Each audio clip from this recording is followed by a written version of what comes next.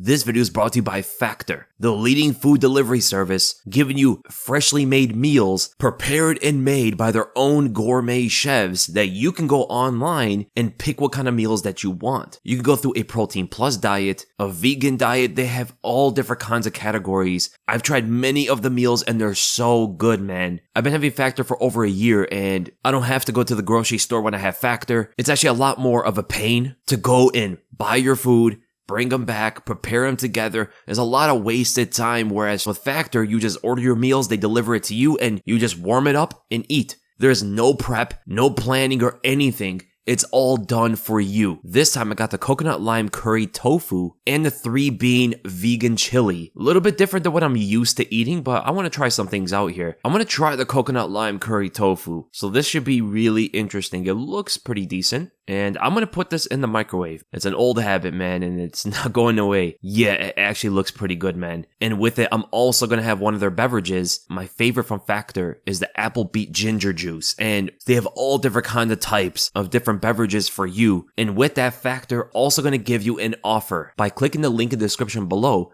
or heading to factor75.com and use the code TheWeasel50, you can get 50% off your first Factor order. That's a whole 50% off of the best food delivering service ready for you. If you guys have not tried Factor, I'm telling you, it's most likely going to change your life. What's up, guys? UFC 294 just wrapped up, and this was a very interesting fight card. We had 2 no contests. We had a lot of fouls, a lot of low blows, grounded knees, glove grabs, cage grabs throughout the whole card. Kamaru Usman was grabbing the cage. Khamzat grabbed the cage a couple times. Magomed Ankalaev kneed Johnny Walker on the ground, which caused a no contest. Javid Basharat low-blowed Victor Henry, which caused a no contest. Naimov did all of the above against Nathaniel Wood. But honestly, I think it was a pretty decent card. 6 out of 10 for a pay-per-view card. That main event really upped the performances, and it was almost a clean sweep for the Russians. Every single Russian won tonight except Magomed Ankalaev. How do these guys always win, bro? And this card really spoke that volumes.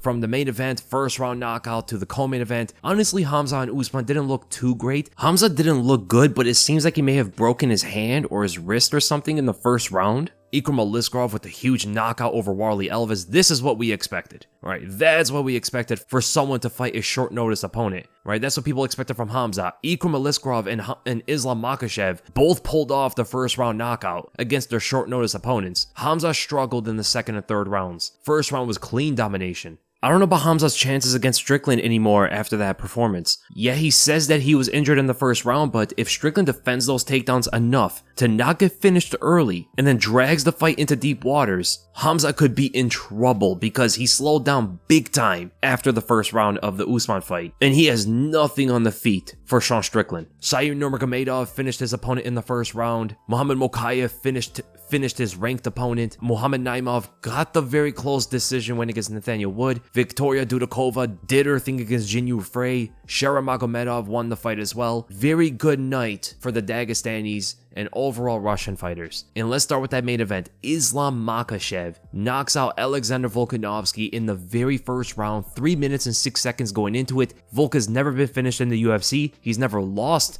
to anybody else in the UFC. Now he has 2 losses to Islam, which means he's most likely never going to fight Islam again, especially with the way this one ended. First round knockout is a closed chapter. The only thing that would get worse than that is like a 5-round domination. Volk was supposed to be the better striker. Volk was supposed to be the guy that got the better of Islam on the feet, but Volk was the one who got outstruck and knocked out. I don't think it's anything bad on Volk's part. I think Islam is just that good of a striker. People have been sleeping on his striking for so long. This is the performance that's going to write that all off. Everybody is going to know Islam is a dangerous striker as well as one of the best grapplers in the world. Honestly, when you look at Islam's skills, he is the best fighter in the world. He is, pound for pound. There is no one on the roster more skilled than he is, and he's only getting better. I feel for Volkanovski losing the way he did, coming up on short notice. He really risked it, and it's weird to see him get knocked out like that, but it's not so weird when I've been calling this for a long time. I've been saying that Volk is going to get knocked out by a head kick eventually. It has to happen. His defense is not ready for it. His defense has always been full of holes against head kicks.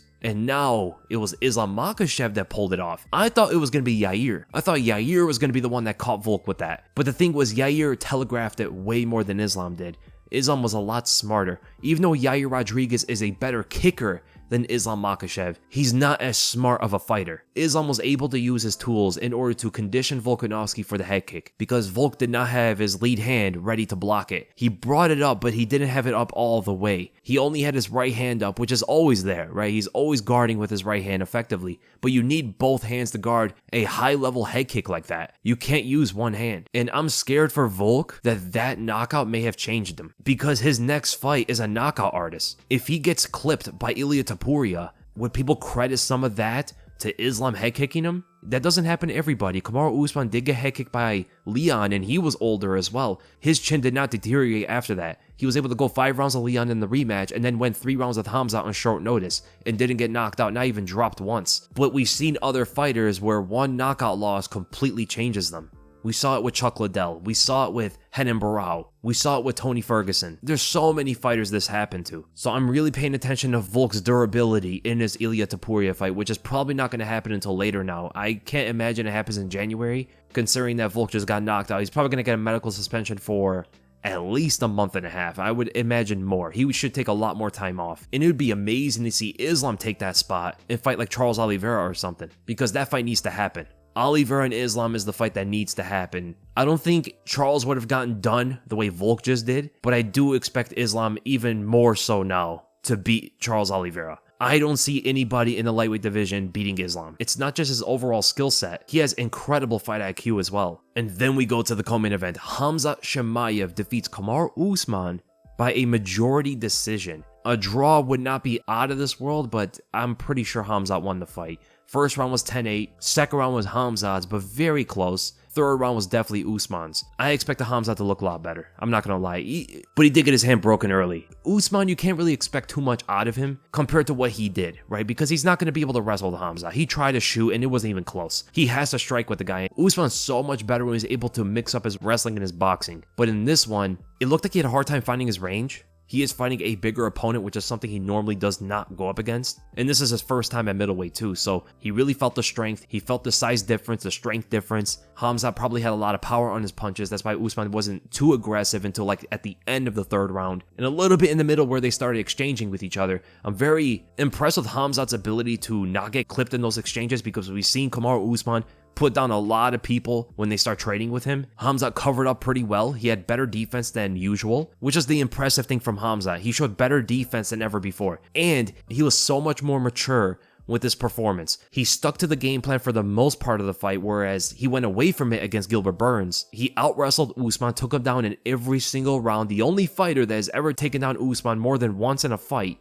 took him down 3 times, and he rode that back for the whole first round. Kamaru Usman has to go down as having some of the best Brazilian Jiu-Jitsu defense, because not only did he defend Jorge Masvidal, who Damian Maia even credited as having very good Brazilian Jiu-Jitsu, he defended Damian Maia on his back, didn't get submitted by one of the greatest back takers in the sport's history. Leon Edwards got his back, he has decent Brazilian Jiu-Jitsu, and now Khamzat got his back and defended all of these guys' submission attempts. Kamaru Usman's submission defense is legit. It is very high level, and he trains with Gilbert Burns, so you would expect it to be really high level. But ultimately, at the end of the day, Khamzat Chimaev is going to get the title shot, most likely at least, right? With that performance, I would never put him over Dricus, but there was a narrative of this fight being the #1 contender fight to go up against Sean Strickland next. Am I confident in Khamzat's chances to beat Strickland after this? Not as much as I was before, because if Strickland starts shutting down those takedowns and putting a pace on Khamzat, gassing him out, I can absolutely see Strickland winning this. I do favor Khamzat, but now looking at it, it should honestly be a very interesting fight, because these two guys also train with each other. So maybe Strickland knows some things about Khamzat. So I guess it's Khamzat versus Strickland next. I would like to see Khamzat fight a ranked middleweight first. As for Usman, he should go back down to welterweight. He looked a bit smaller than Khamzat. His upper body's huge, right? His upper body looked even bigger than Khamzat's, but his legs are so small. So I think welterweight's the best place for Kamaru Usman, and I think he should fight the winner of Shavkat versus Wonderboy. And then we go to Magomed Ankalaev versus Johnny Walker, ending in a no contest in the very first round, 3 minutes and 13 seconds. Johnny Walker got hit with a knee while he was on the ground. He looked perfectly fine the whole time. He never looked out of it. It never looked like he was acting like he was hurt. He started talking to Magomed very casually, and when he was looking at the doctor who was trying to talk to him, it honestly looked like he was very confused of what the guy was saying. This may have been the first fight that has ended because of a language barrier. And I'm not gonna lie, when Johnny Walker started going berserk, I was scared for everybody in there. That is a massive guy to get unleashed. That is one of the scariest guys in the world to go absolutely berserk. Like, he shouldn't be doing that stuff. I understand why he's upset, but he shouldn't be going after the ref and the security and Magomed. It is what it is at the end of the day. It is understandable to be very upset at that because to his account, he was not hurt. He was okay to fight. He was ready to go. It just looked like he didn't understand what the doctor was telling him. Next time, bring in the translator. They should fight each other again to establish the #1 contender of this division. Then Ikram Aliskerov knocks out Warlley Alves the way he should have in the first round, 2 minutes and 7 seconds. There's a lot of talk right now that people think if Ikram got that Khamzat rematch, things would be very different. Ikram is honestly looking like a legit threat to the top 5, but he needs to get there first. It's a little too soon. He just knocked out a welterweight who's never fought in the middleweight division before. Warlley Alves is not bad. This is the same guy that submitted Colby Covington, but he is smaller. He never fought this weight class. He took on short notice. He would never beat Ikram. Never. But looking at Ikram's abilities, we gotta see him fight a higher ranked opponent first, right? We gotta see him fight a top 15, top 10 before we actually know where his skill set is. But so far, so good. This guy is putting people away. It's crazy too because he's a combat sambo world champion. And looking at his previous fights, the guy has insane grappling. He's very good on the feet. He's very good on the feet, evidently, but he's extremely good on the ground as well. In the middleweight division of guys who don't really have much wrestling, we haven't even seen him shot a single takedown yet. Both of his wins are first round knockouts. They really need to challenge him with someone in the top 15. No more non-ranked opponents. He is way too good for them. He's going to put all these guys away in the first round like this until he gets someone ranked. And honestly, I even think some of the guys in the lower end of the top 15 get finished almost the same way. The way he hit Warlley Alves with that flying knee was crazy.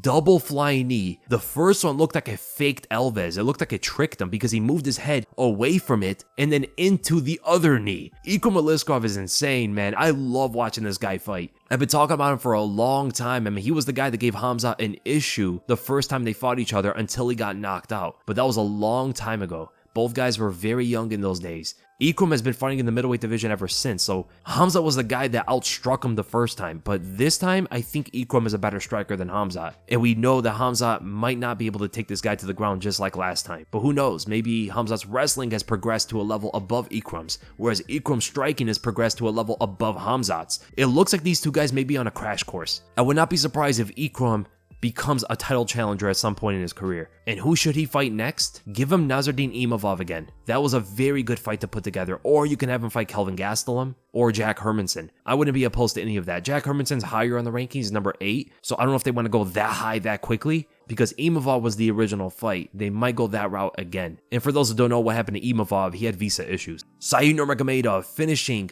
Muin Gafurov in the first round, 1 minute and 13 seconds with a guillotine. A modified guillotine. I love the way he throws those in there, man. I don't like the arm and guillotine. I like the way Saeed goes for it and Tony Ferguson and these other guys that just attack the neck itself. When you throw in the arm and guillotine, it's usually used these days to transition or reverse the position instead of just getting the clear-cut submission. The high elbow guillotine specifically is my favorite, and I see it to be a lot more effective on getting a submission. But the arm and guillotine is better at controlling the opponent's position. But Gafurov got way too excited, way too aggressive. He caught Saeed with a punch and then just went reckless for a takedown and instantly got choked out. Beautiful work from Saeed Nurmagomedov. I would like to see him fight Adrian Yanez or Chris Gutierrez, as his last loss was to Jonathan Martinez, but Jonathan Martinez is looking very good right now, so that loss does not look too bad. So overall, it was a decent card. Some good performances, some good finishes, very weird, no contests and stuff like that. So I hope you guys enjoyed the video, and if you did, make sure to give this a like, make sure to subscribe, hit the bell for notifications, and I'll see you guys in the next video, which is probably going to be the podcast Tuesday or Wednesday. Mokaev defeats Tim Elliott by an arm triangle choke in the 3rd round, man. That was a pretty fun fight to watch. So Mokaev comes out in the 1st round. I thought this was going to be more of a striking match. He probably didn't want to contest in the grappling too much, but it was actually Tim Elliott that went for the takedown. He took Mokaev to the ground off a body kick that Mokaev threw. Mokaev tried to set up that left body kick into a left hand, kind of similar to what Umar Nurmagomedov did to Nakahauni Barcelos. He caught Tim Elliott with the punch, but The guy's super tough, grabbed the kick, took him to the ground, but eventually Mokaev was able to stand up using the underhook.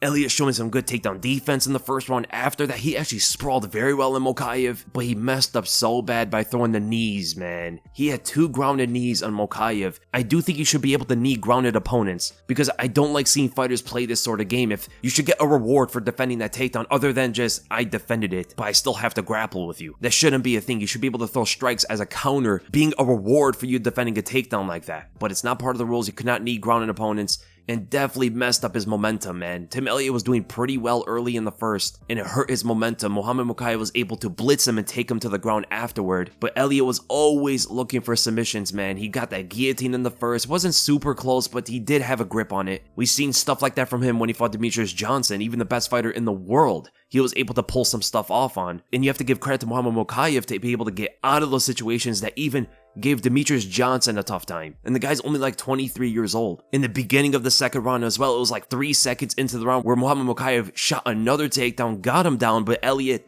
again went for the guillotine. This one was even tighter than before. I never really liked the arm and guillotine, man. It doesn't work nearly as much as it used to. Elliott got him in a triangle choke as well, where Mokaev was able to slam his way out of it, elevated him and slammed him on the back and back of the head, of course, which is not illegal. It's only illegal if you spike them on the top of their head because it could destroy someone's neck. And the way he got that arm triangle, man, Mokaev is a very good grappler, just defeated a ranked opponent at only 23 years old. A guy who was a former title challenger. Bright future for this guy, man. He's really living up to being one of the best prospects in the sport. Now he's not a prospect because he's ranked, but the guy is still super young. Amazing to see him advance in his career even further. Really unfortunate with Basharat versus Henry. Javid Basharat was looking really good in the fight. It was a lot more competitive in the first than I imagined it was going to be, right? Basharat did not just run through this guy and completely outskill him. He was definitely looking like he was winning. I didn't look at the scorecard to see if he actually won it. He landed a good spinning heel kick toward the end of the first round and stuff, but Victor Henry was answering with some of good push kicks and leg kicks, putting good pressure on Basharat as well. The fight was actually looking like it was going to be pretty good.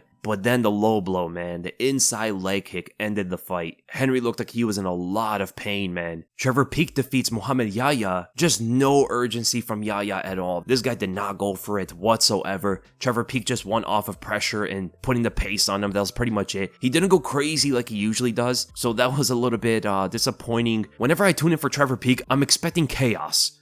That's not what we got this time, but he did get the deserved win.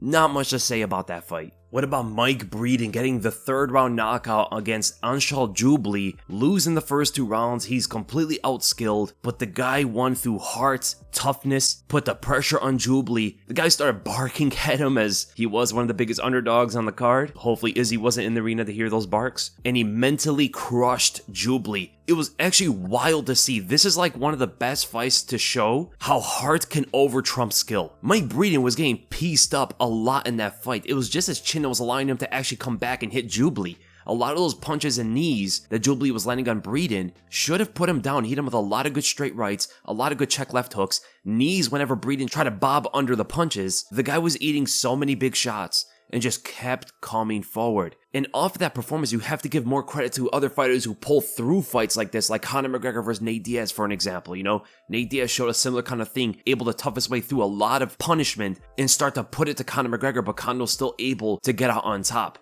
This is what heart and toughness can get you in a fight. Jubli put all of his skill points in skill and technique, but put none of that in heart. Big win for Mike Breeden, huge upset. Nathaniel Wood versus Mohamed Naimov was a pretty good fight, but as I expected, Naimov definitely used his power to his advantage here. He is the much bigger fighter, evident inside the fight, but it was really cool to see Nathaniel Wood actually land a devastating right hand on Naimov in the first round, take him down in the third, and ultimately Naimov was able to win the decision, but he definitely should have gotten at least a point deducted, right? How many low blows, cage grabs, glove grabs? Like, there was a lot of cheating from Naimov that should have made this fight a draw, but I did pick him as a big underdog to win on the card, and you know, anybody who did probably won a lot of money, so there's that. Whoever bet on Naimov, you're probably really happy with the result regardless. Viktoriia Dudakova beat Jinh Frey. I mean, it was supposed to happen that way. Dudakova is so much younger, beat the long-in-the-tooth Jinh Frey by decision. Dudakova said after the fight that she actually had a pretty bad staph infection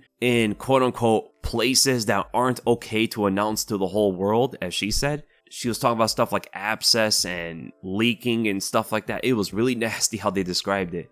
Still would though. Shara Magomedov defeated Bruno Silva. The fight didn't really surprise me too much. The only thing I didn't expect that happened was Bruno Silva taking him down as many times as he did. He took him down, I think, twice in the third round, once in the second. Shara Magomedov defended a couple takedowns throughout the fight, but if you guys have seen my breakdown on him, you guys already know his wrestling is not that good. He was taken down by guys lesser level than Bruno Silva, but his kicks still look fantastic. He's not a great boxer, but he's a decent puncher, right? There's a difference. He doesn't have great boxing technique, but he is able to punch offensively pretty well and use his footwork as a means of defense. His boxing skill overall is just not that great. His kicks, though, are another thing. This guy's throwing kicks off his back. Roundhouse kick into a side kick into Bruno Silva's face while his back is on the ground. That is crazy to see from a middleweight, too. This guy is huge and he's throwing stuff like that. Still undefeated, won a decision. Some people think that he might have lost the third round, but nobody can dispute that he won the fight. And at the end of the day, yes, his performance wasn't amazing or something like that. It looks like he's going to be an entertaining fighter, but is he ever going to win a belt? Probably not. Is he ever going to be a top contender? He's still young, maybe he can get there, but off of what we know right now,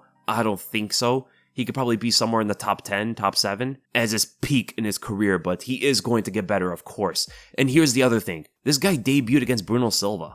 Bruno Silva is very hard to debut against. This guy has experience. He's fought a former champion already and gave him a war. I think people are being a little too harsh on Magomedov considering who he just fought for his debut. Most fighters do not debut against the caliber of Bruno Silva, but the young Shara Magomedov did. So there is some things we got to give him there.